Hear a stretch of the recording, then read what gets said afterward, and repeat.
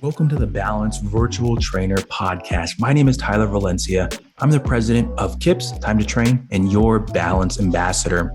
Today, we're going to talk about virtual training, but also the mindset of a growth mindset. I know I just double said that, but a growth mindset in terms of how do you grow through that process of virtual training? It's something that a lot of people invested their time, their money, and have really seen a lot of positive things over the last year and a half, 2 years.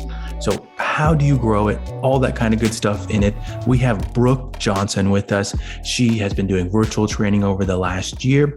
Brooke, first of all, thank you for being my guest on the podcast. Hi, Tyler. Thanks for having me. Let's start the episode by sharing a little bit of information about yourself. What were you doing prior to streaming online workouts? Okay. Prior to streaming workouts, that was all pre-pandemic. I was a in-person personal trainer as well as a group cycling instructor. So I was pretty much a slave to a brick and mortar gym. I was trying to grow, my clientele as well as gain experience in education in the fitness industry. So I spent a lot of time in the gym. Working in a brick and mortar gym has advantages and disadvantages. It was great that I got to be with clients, working with them one-on-one. Also, that atmosphere of working and teaching classes, but also it had a lot of give and take. I missed a lot of my kids' activities. And also I was there all the time. When you're working in a gym, not only do you have to train clients, but also you have to do all the back end, as in cleaning the gym, making sure it's maintained, working at the front desk and making sure if a member had a question that you can be there to answer their questions and make sure everyone's working out safely. So pre-pandemic, I was spending a lot of time. I was a new certified personal trainer at that time. I previously had been teaching indoor cycling for about 5 years before that. And I wanted to broaden my horizon and get a little bit more into the fitness industry now that my children were getting a little bit older. So I became a personal trainer. And at that time, the options that were available were working in a gym. It was definitely a lot different than what I'm doing now, but it did give me that experience and knowledge base moving forward on my own. Yeah. I could definitely see that. There's a lot of pieces that are not the same with virtual, but also there are some that are the same. And the habits of being a pro in terms of each opportunity, whether it's live or it's virtual, being a pro at them takes time, takes practice, all those kinds of things in it. With going virtual now, did you have any filming experience prior to it, or did you kind of just go into it and start that process of learning it? Absolutely not. I had I had an iPhone. That's about it. And, I was on social media just, casually. I have Facebook and an Instagram. And so I would see, it wasn't as popular back then, that have the online workouts. So once the pandemic hit, everything kind of, shut down. And when I had to make a choice here that everything was not going to open in 8 weeks, it was going to be a little bit longer. I decided that I would give virtual a try. I had no idea what to do. I was familiar with Zoom. My husband is in the finance industry and he was also working from home, and that he was on Zoom all the time. And when I started working with my clients, that's just kind of where I went, just doing one-on-one personal training through Zoom. There was no recording virtual workouts or on demand at this point. I was basically just working with that one-on-one base. And it was very juvenile, I would guess. I had my laptop. I didn't have a microphone. I didn't use music. I didn't do anything. Yeah. With now that initial phase of learning more about Zoom, What was kind of your mindset at that point? Did you feel like it was a daunting task, or did you feel like, okay, I want to learn more about this. I think that there is an opportunity in this. Basically, when it finally came, like we were on from, 5 to 6 months of just sitting at home and coming to the realization that we're not going to just move back to normal. This is a new normal. So I started really branching into the virtual industry out of necessity because at this point, there wasn't an option to be together in person. So that was kind of my mindset. It was here, like, I just kind of said to myself, if I want to do this, if I want to continue doing my passion, which is helping people, with their fitness, then I need to branch out. I need to get outside of my comfort zone, think outside the box, and try something new. Put that toe in the water and see, where it will go. I don't know a lot, but trial and error is how, you're going to get there. Yeah, agree. I agree. And a little side note that I've said over the last year and a half with things, when I know that there are some individuals and industry people that will say how online is a fad, or they were saying at the beginning, but there were so many companies that were doing it before the shutdown, and it really just kind of ignited the whole process for it. There were companies that were already investing in virtual, and I know even boutique people that were boutique gyms that they were investing and putting their clients online. And I think there was a little bit of a stigma attached to it before, that, oh, like, you're at home, you need to go to a gym to work out. And I just yesterday, when I was filming a video, that I was talking about how at home fitness has always kind of been a way to save time for people. In my opinion, as long as you can create a space that allows you to work out, that you feel like is going to help you with the process, it's a great thing for you. Save time that you can now invest in other areas of your life. If before you were taking 15, 20 minutes to drive to the gym, back from the gym, that's now 30 minutes, 40 minutes that you can spend in other areas of your life. I feel like that's one of the things that I find myself saying is, like, I wish that there were more hours in the day that I could work, that I could spend time with my wife, spend time with my cats. And as the opportunity to work out at home is one of those that you save that time and now can just walk into your garage or walk into your living room and exercise, get a very high quality workout in, and improve your health. That's always been my mindset with it. I know that there's the in person, those elements of, there's a lot of pieces in there. That's one side of it. But I like that you always had a positive mindset, that with just sharing that part there. With now your life, I know that you're a mom. I know that Yes. you have younger kids that are in school. Did you feel like that was one of the big benefits right there? Oh, absolutely. Previously, when I was working for a brick and mortar gym, as I said, I was working 30 to 40 hours a week, and I have two active kids, and my husband travels for his job. So I would spend a lot of time just trying to find carpooling for my kids or working out, daycare, things like that, and trying to, hustle and bustle and get them to all their sporting events, plus get back to the gym so I could train clients. It was hectic.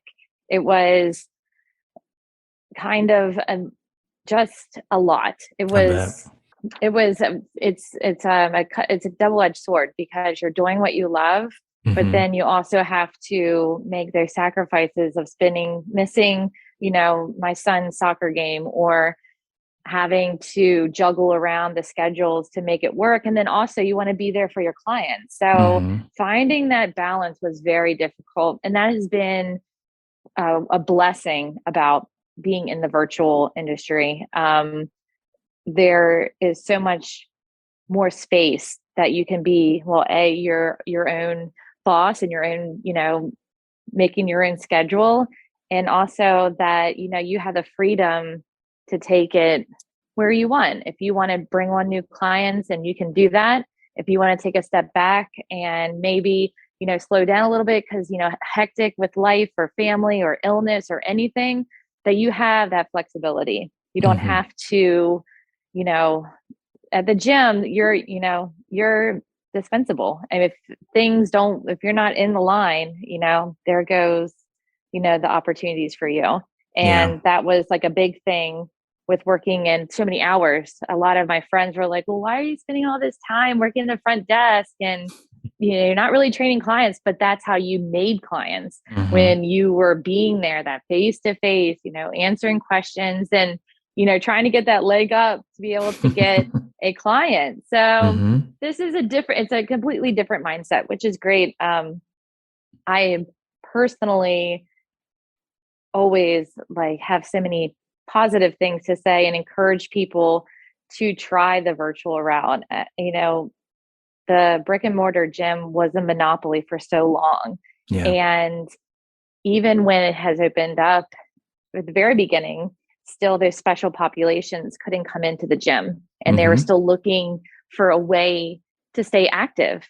And at this point, America's opening back up, but I think the mindset has changed that, you don't need to go to a gym to work out. There's so many other options and possibilities, and being able to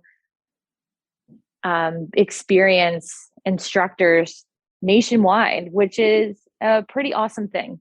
Agree. Agree. So I might have beat around the bush here with how I know Brooke. Brooke is one of my instructors with Time to Train Fitness. And I think it's good to put it out there so people know that that's how I know her quality of virtual training and even the growth that she's gone through. That's one of the things that we were talking about prior to pressing the record button is the growth that in even this whole year from when she started earlier in the year to now, it's a visual that when you see the beginning and now it's night and day. And that's not to say that when she started, she was bad or any negative part of socio when she started, but it's a night and day in terms of, wow, that much growth. You can experience that. And I think a lot of that has to do with your mindset of your approach to virtual. Can you share when you are setting up for a virtual workout, what is kind of your process for it and how did it maybe differ from when you were teaching in person? Teaching in person versus teaching virtual, especially for indoor cycling, is what I teach. If you have ever been to a in-person live class where there's anywhere from 17 to 30 bikes in a room and it's dark and there's music, that gives you that own motivation. As an instructor, it makes it a little bit easier for you. Whereas when you shift to the virtual, you have to create that by your motivational cueing, your motivational coaching. That is what you have to bring to the table. Whereas you don't have the bells and whistles of an in person, but you have to create it in yourself. And you have to create that to get your riders to feel that experience and to pull that out of them from the screen, which is it's a lot of taking a little bit of personal growth, digging deep. One of the biggest things that I think that helps get those connections with people in your group fitness classes is being a little bit vulnerable, which, as Tyler and I have talked about before, I think when we first started working out, he was like, I'd like to see this side of you. I'd like to see this side of you. When I first started recording back, it's almost been a year now since I've been recording with you. And it takes time and practice. It's basically letting yourself show your vulnerable side, as well as, opening up a little bit, Mm-hmm. shedding a little bit of the armor and a little bit of opening up of who you really are. Because that connection is what will bring people back. That showing them, that your human side or a story about you or something that happened to you this week can make someone have that connection with you and feel like they are your friend and they are, riding with a friend and someone that they're in this with together. So I think that's very important. That's kind of how my mindset and my growth has been over the last year, is letting go a little bit and not being so uptight and so stringent on the way that I teach and focus, I feel like that has actually helped in my in-person teaching as well as being virtual. Yeah. A lot of the things that I think that you bring to the table virtually makes you a better instructor if and when you go back to in-person training as well. And people are looking for connections.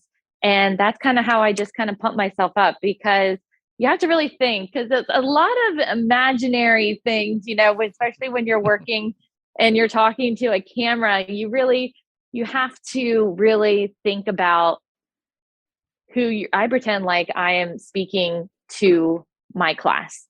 And even though there is nobody there, I kind of channel that energy and think about, if I was sitting there, what do I want to hear?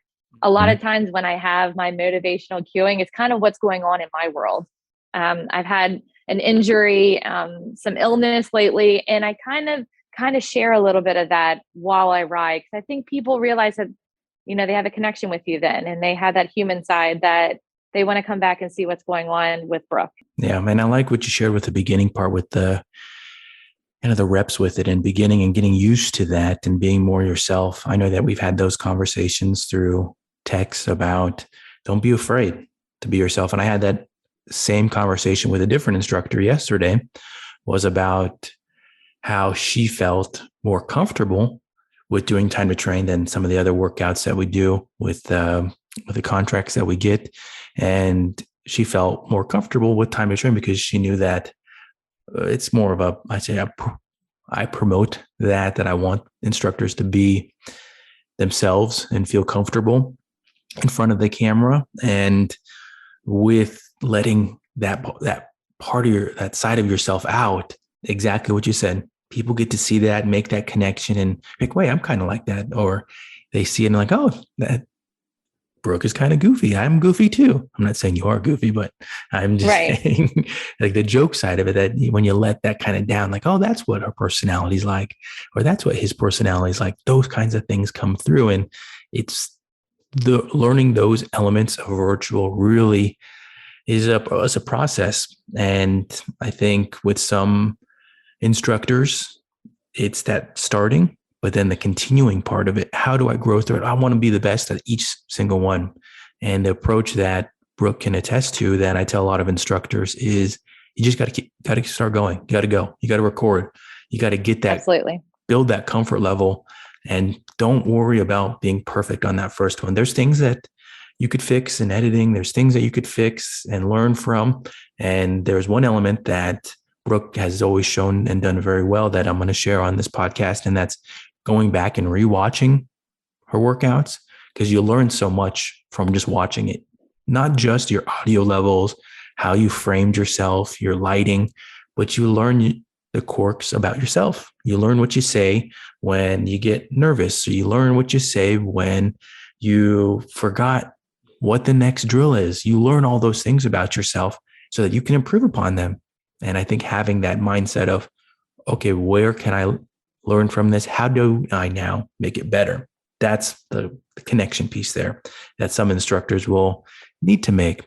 In your opinion now, what were some of the aspects that you found difficult? One of the most difficult things would be how to get yourself out there, how to be able to channel your ideas and your class and be able to find those clients and to make that bridge between the working here by yourself and actually finding that audience. I was blessed that I came with Time to Train, and that kind of work, kind of like, that was a big helping, that's a big stepping stone for me.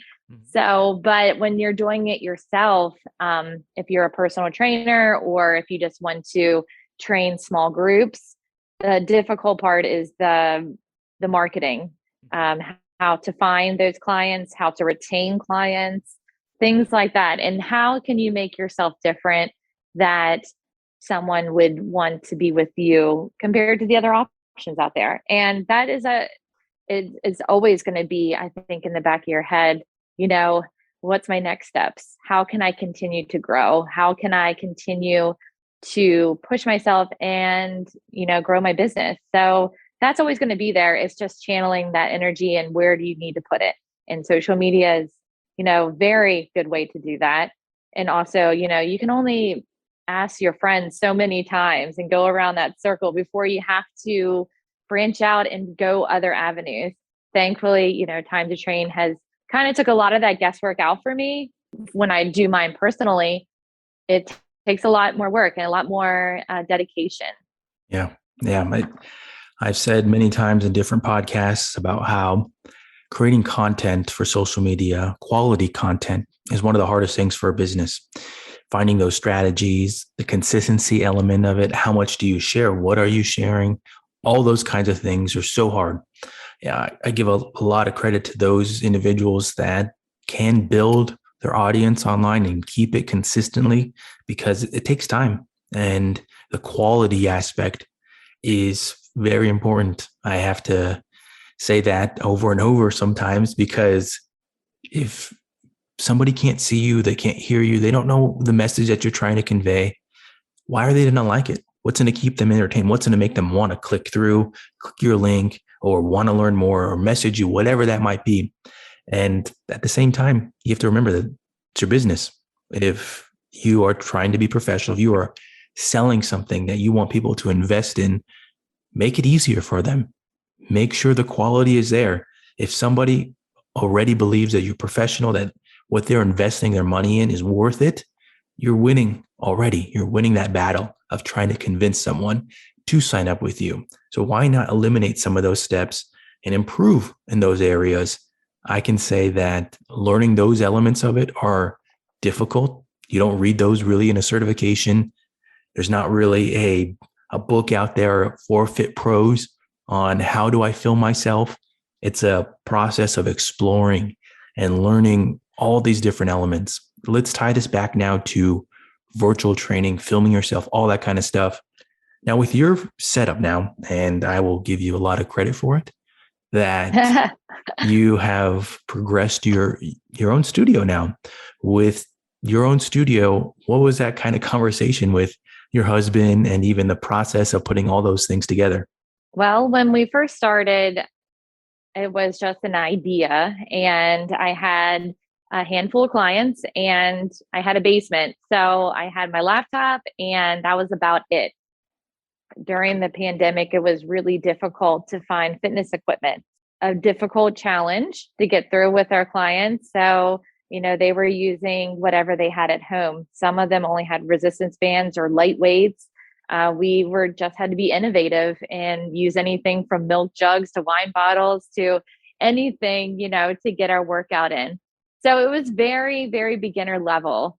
As I came through the process of making a more professional studio, especially with being with Time to Train, trying to level up my area, I first upgraded our ring light, which if you're going to do one thing, always have a ring light, because it's a tripod for your phone that has a lot better video quality than using your laptop. So if that was one thing that I think even a small switch like that makes a big difference in the quality of your recordings or your live stream, whichever that may be for virtually. After that, lighting is also with the light ring. And then I added shadow boxes, which really helped diffuse that light and really illuminate me, as well as, not the background as much, which was when you're looking at the quality of your videos, it looks a lot better with the shadow boxes. When you look at now, from when I started back in February till present day, it is, I feel like it's night and day difference. I think, Tyler, you agree with that. Definitely used a lot more time and focus on framing out my area that I didn't know before. Mm-hmm. And again, like you said, it's all about practice and doing little tweaks here, there, working with your lighting, because there isn't a lot of references for if you Googled, say, how to set up a virtual studio. It's very limited. There's not a lot out there. to start out, it's kind of trial and error. And then just as you go, just add a little bit, spending time in your studio and making it a little bit better, adding those upgrades. And that's kind of was my philosophy when I started. If I look back, it's kind of like a montage of how my studio has grown from February to where it is now. And it's still not done. I mean, there's still things that I'm excited to do and make it a little bit more professional. And it's a cool experience to see your growth, and it's all, documented. So it's a neat experience. Yeah. Yeah. Speaking from that, we both have in rooms that are typically not workout spaces, we have gym flooring in them. And one of the pieces that I will say that it's interesting to have gym flooring in a room that typically doesn't, but it's one of those pieces that this is your business. And I know that people will probably hear that and argue with me, well, I don't have an area to it, or I can't put that in my house, or I can't afford it. For the latter one first, I will say that Facebook Market is such a great place to find cheaper gym flooring. The flooring that I have in my office now is gym flooring, and I got it for a fraction of the cost because somebody that used to own a gym, they had all this excess gym flooring. And there's many people out there like that. It's just excess that they had just laying around in storage. And I got it for a fraction of the cost. With making now the space more professional, Brooke is one person that does have gym flooring in her basement. It doesn't look like a basement. It looks like a set. And it's one of those pieces that it's your business. You want to make it look good. Well, I was just mentioning about investing in these other areas to appear more professional so that people want to invest in you. It's one of those elements that you have control over. You can control those. You can control if it looks like it's your bedroom and you got a messy bed, you can control those pieces that people are going to catch. That was one of the pieces of advice that I got very early on when trying to improve my editing, was that try to eliminate the distractions. People will find something in your video and that will just catch their attention and they'll just be distracted. So whatever you're saying after, they're only focused on that one piece there. And the example that I'll give was that I had made a video early on and I had chords in the background. And this person who's a professional editor, she said, you got to clean those up. You got to hide those somewhere because people will find those. And you can apply that to anything. If you're filming in your living room, putting away pillows, blankets, kids' toys, all those kinds of things will make a difference. And you control those. You control what you are showing with your background, with your filming space. Now, Brooke, as we get to our podcast closing tips, and this is an advice area where you can share advice based off your experience. And that's where I feel like this podcast is great. You can hear about the instructor, see where they came from, where they've taught, what they're doing now, because everybody has a different outlook on the fitness industry. So, Brooke, what are 2 closing thoughts on the future of the fitness industry that you would like to share? I think one of the most important things is that this pandemic has changed the perception of health and the importance of regular exercise and well-being. I feel as if beforehand, health was just for the exterior, how we look, how, fitting into our clothes.